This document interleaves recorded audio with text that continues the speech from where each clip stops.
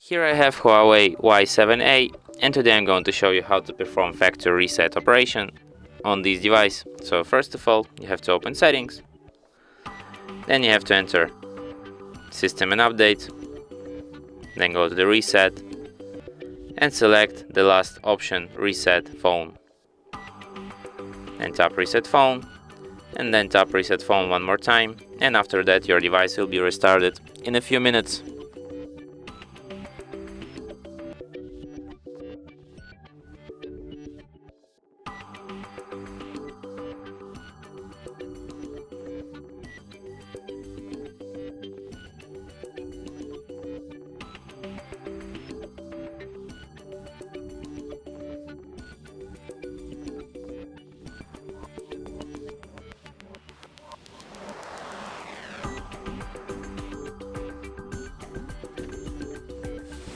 And that's it.